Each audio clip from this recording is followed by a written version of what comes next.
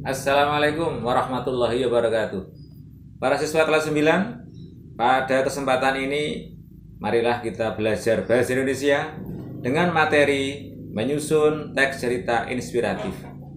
Namun sebelumnya, marilah kita berdoa terlebih dahulu. Bismillahirrahmanirrahim. Rabbi zidni ilman warzuqni fahman, amin. Selamat belajar. Mohon dukungan subscribe dan like pada video pembelajaran ini. Semoga barokah. Terima kasih. Menyusun cerita inspiratif. Tujuan pembelajaran. Setelah pembelajaran, diharapkan siswa dapat 3.11 mengidentifikasi isi ungkapan simpati, kepedulian, empati, atau perasaan pribadi dari teks cerita inspiratif yang dibaca dan didengar. 4.11 menyimpulkan isi ungkapan simpati, kepedulian, empati, atau perasaan pribadi dalam bentuk cerita inspiratif yang dibaca dan didengar.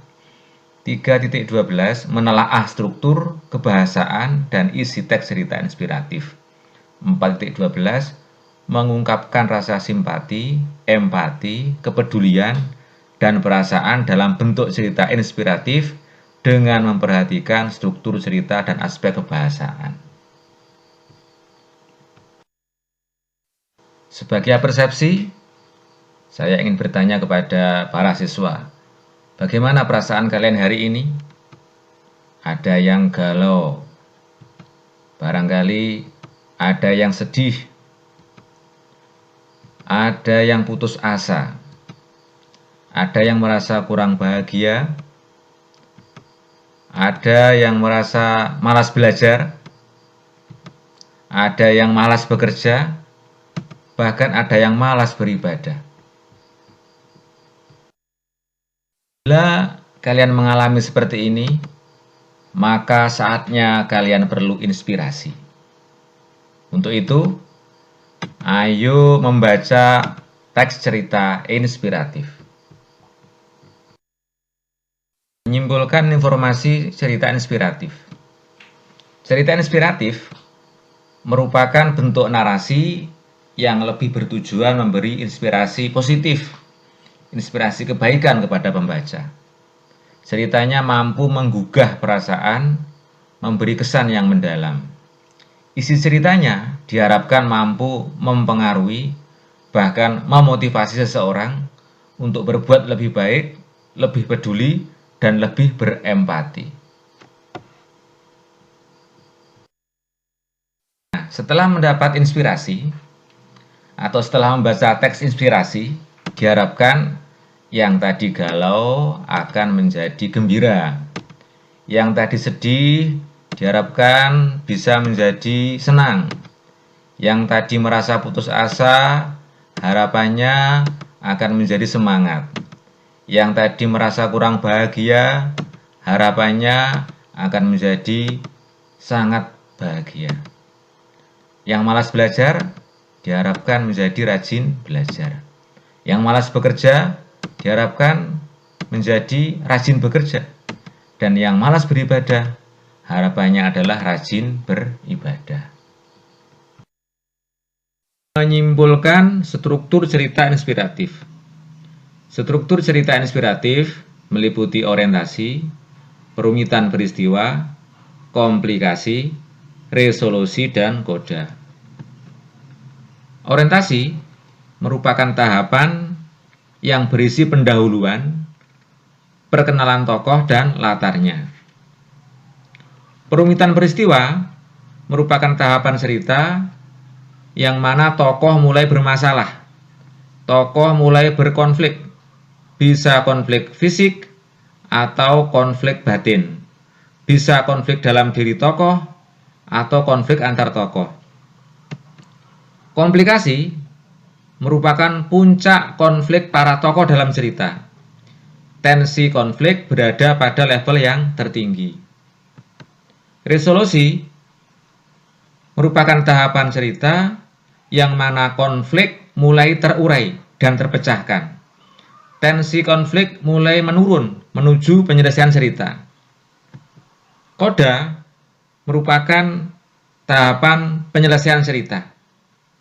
Di dalamnya berisi penyelesaian sekaligus penutup cerita. Biasanya terdapat kesimpulan dan pesan moral. Berikut disampaikan cara menyimpulkan struktur dan menelaah cerita inspiratif. Tahap orientasi. Misalnya ada cerita pada masa dahulu ada seorang anak laki-laki. Dia cerdas, berbakat, dan tampan. Sayangnya, dia sangat egoistis dan mudah marah. Tidak ada yang mau menjadi temannya. Sering dia marah-marah dan mengumbar kata-kata yang menyakitkan kepada orang-orang di sekitarnya. Yang kedua, tahap perumitan peristiwa. Orang tua anak itu sangat cemas dengan temperamen anaknya. Mereka berpikir apa yang harus mereka lakukan. Suatu hari, ayahnya mendapat suatu ide. Dia memanggil anaknya dan memberi palu dan sekantong paku kepada anaknya. Sang ayah berkata, "Setiap kamu mau marah, ambil paku dan tancapkan ke pagar tua depan rumah kita sekeras mungkin." Tahap komplikasi. Pagar kayu itu ternyata sangat keras. Palu yang digunakan cukup berat. Karena anak laki-laki itu begitu beringas, pada hari pertama saja dia sudah menancapkan 37 paku. Hari demi hari, minggu demi minggu, jumlah paku yang ditancapkan semakin lama semakin berkurang. Setelah beberapa waktu, anak itu mulai paham bahwa menahan amarah itu lebih mudah daripada menancapkan paku ke pagar. Suatu hari, anak itu tidak lagi memerlukan palu dan paku. Dia telah belajar menahan amarah dengan baik. Lalu dia datang ke ayahnya dan bercerita tentang keberhasilannya menahan amarah.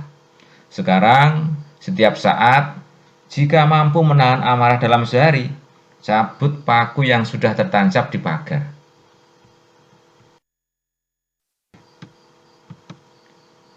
4. Resolusi. Sekian waktu berlalu. Akhirnya sang anak bangga setelah semua paku tercabut hilang semuanya.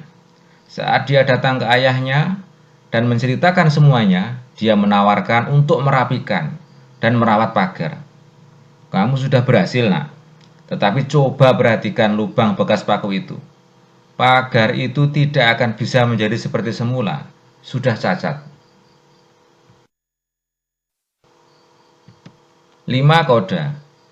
Hal yang sama terjadi saat kamu menyakiti orang dengan ucapanmu.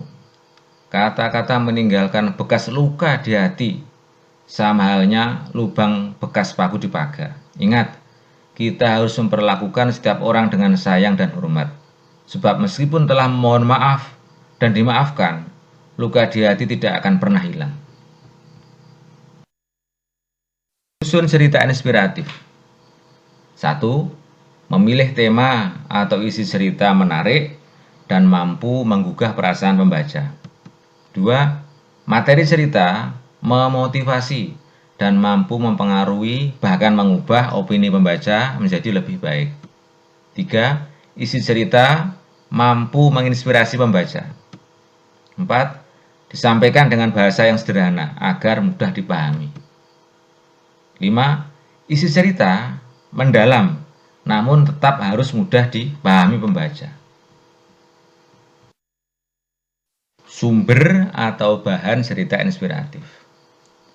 Yang pertama, pengalaman sendiri. 2. Pengalaman tokoh atau orang lain. 3. Bacaan fiksi atau karya sastra. 4. Biografi tokoh. 5. Cerita religi. 6. Cerita kepahlawanan. 7. Hasil imajinasi. Langkah-langkah menulis teks cerita inspiratif. 1. Menentukan tema.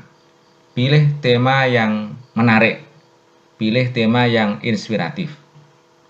2. Menyusun kerangka cerita berdasarkan struktur cerita inspiratif atau berdasarkan tahapan alur. 3. Mengumpulkan dan mencari bahan serta data cerita. 4. Mengembangkan kerangka cerita. 5. Menyunting bahasa cerita. 6. Jadilah teks cerita inspiratif yang siap untuk dibaca. Berikut disajikan contoh teks cerita inspiratif. Contoh yang pertama, kisah inspiratif anak SD yang dermawan. Setelah sholat Jumat, kebetulan ada seorang jamaah yang melihat nenek tua yang sudah renta menawarkan dagangannya berupa kue tradisional. Satu kantong plastik dibanderol dengan harga Rp5.000. Kemudian orang tadi tidak berminat membeli, tapi karena kasihan diberilah sekantong plastik seharga Rp5.000 kue dari nenek tadi. Setelah itu ada seorang anak kecil kira-kira kelas 1 atau 2 SD yang berniat membeli kue dari nenek tadi. Berapa harganya, Nek? Satu plastik kue Rp5.000. Nah, jawab si nenek. Anak kecil itu langsung mengeluarkan uang Rp50.000 dari saku celananya. Seraya berkata, saya beli 10 plastik, ini uangnya. Tapi buat nenek saja kuenya kan, bisa dijual lagi. Pengalaman yang dilihat orang tadi menginspirasi orang yang melihatnya, yang pada akhirnya yaitu mengganti biaya beli obat orang tua tadi. Kesimpulannya, ada kalanya seorang anak lebih jujur daripada orang dewasa. Ajarkanlah anak-anak kita sejak dini tindakan nyata yang bukan teori semata. Karena satu contoh lebih baik daripada 1000 nasihat. Silahkan dibaca lengkap. Saya yakin sangat inspiratif.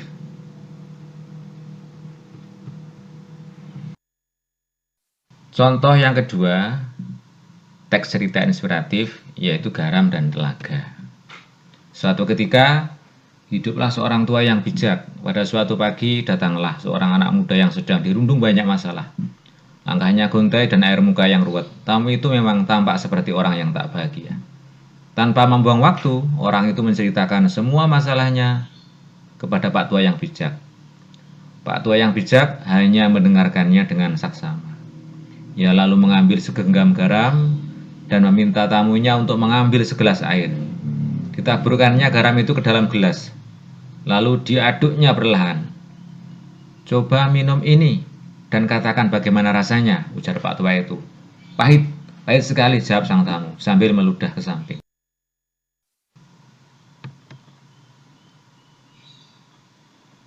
Ia lalu mengajak tamunya ini untuk berjalan ke tepi telaga ke dalam hutan, dekat tempat tinggalnya.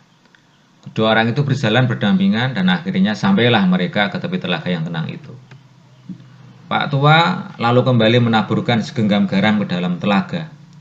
Dengan sepotong kayu, dibuatnya gelombang mengaduk-aduk dan tercipta riak air, mengusik ketenangan telaga itu. Coba ambil air dari telaga ini dan minumlah. Saat tamu itu selesai mereguk air itu, Pak Tua berkata lagi, bagaimana rasanya? Segar, sahut tamunya. Apakah kamu merasakan garam dalam air itu? Tidak. Pak Tua menepuk-nepuk punggung si anak muda tadi. Ia lalu mengajaknya duduk berhadapan di samping telaga. Anak muda, dengarlah. Pahitnya kehidupan adalah layaknya segenggam garam, tak lebih dan tak kurang. Jumlah dan rasa pahit itu adalah sama, dan memang akan tetap sama. Tapi kepahitan yang kita rasakan akan sangat tergantung dari wadah yang kita miliki. Kepahitan itu akan didasarkan dari perasaan tempat kita meletakkan segalanya. Itu semua akan tergantung pada hati kita. Jadi, saat kamu merasakan kepahitan dan kegagalan dalam hidup, hanya ada satu hal yang bisa kamu lakukan. Lapangkanlah dadamu menerima semuanya. Luaskanlah hatimu untuk menampung setiap kepahitan itu.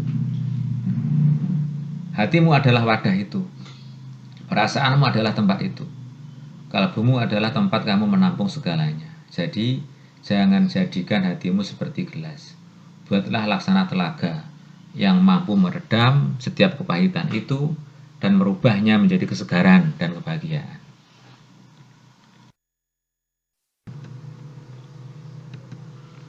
Demikianlah, hatimu adalah wadah itu, perasaanmu adalah tempat itu, kalbumu adalah tempat kamu menampung segalanya. Jadi jangan jadikan hatimu itu seperti gelas.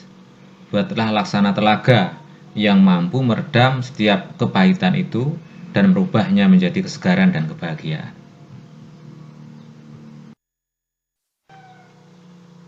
Contoh teks cerita inspiratif yang ketiga adalah Rp10.000 membuat Anda mengerti. Ada seorang sahabat menuturkan kisahnya. Dia bernama Budiman. Sore itu ia menemani istri dan seorang putrinya berbelanja kebutuhan rumah tangga bulanan di sebuah toko swalayan. Usai membayar, tangan-tangan mereka syarat dengan tas plastik belanjaan. Baru saja mereka keluar dari toko swalayan, istri Budiman dihampiri seorang wanita pengemis yang saat itu bersama seorang putri kecilnya. Wanita pengemis itu berkata kepada istri Budiman, "Beri kami sedekah, Bu." Inti dari cerita ini, Budiman dan keluarga terinspirasi dari kondisi pengemis ini. Akhirnya memberikan sedekah dan menjadikan keluarga Budiman lebih bersyukur atas nikmat dan karunia Allah Subhanahu wa taala. Menginspirasi sehingga menjadikan tokoh yang melihatnya menjadi lebih bersyukur terhadap yang ditakdirkan Allah kepada dirinya. Silahkan dibaca sendiri, tentu akan lebih menarik. Kesimpulan pembelajaran kali ini yang pertama, cerita inspiratif merupakan bentuk narasi yang lebih bertujuan memberi inspirasi positif, memberi inspirasi kebaikan kepada pembaca.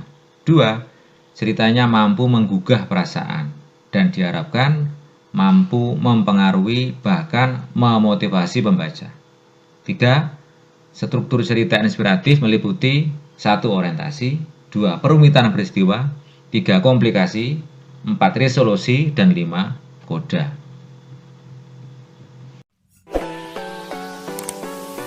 Demikian pembelajaran kali ini.